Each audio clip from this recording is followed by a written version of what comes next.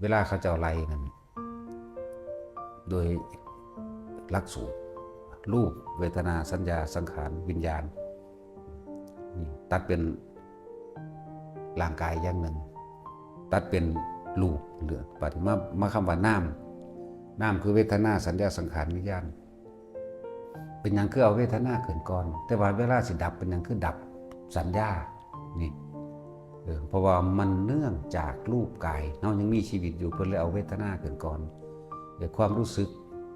ทั้งกายอันหลับโดยตาหูจมูกลิ้นกายเพื่อเลยเอาเวทนาขึ้นมันก็เวทนานี่ก็มาร่วมในสัญญาสังขารคือความคิดก็มาร่วมในสัญญาวิญญาณก็มาร่วมในสัญญาเพราะเป็นวิญญาณทั้งกายแล้วจังสิลึกเข้าไปในคำว่าวิญญาณทั้งใจจดจำอารมณ์ความรู้สึกพอใจกับบ่พอใจนั่นเองแหละเวลาสิดับคือดับสัญญาเวทิจะนิโรธนะกลับกันได้บ่สัญญาสังขารสัญญาและสังขารมันเฮาดับสัญญาดับแบบใด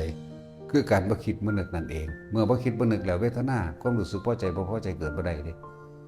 วิญญาณหมายถึงการไปรับรู้ความรู้สึกที่มันมีความพอใจและบ่พอใจบ่ได้นี่มันกลับกันได้บัดนี้ดับสัญญาเพราะการไม่คิดไม่นึกก็คือหยุดคิดปรุงแต่งคือสังขารนั่นเองเวทนาคือความรู้สึกในความพอใจและพอใจเกิดขึ้นนี่เป็นเรื่องของน้ำเด่นวิญญาณบ่รับรู้อารมณ์บ่เอาอย่างจักอย่าง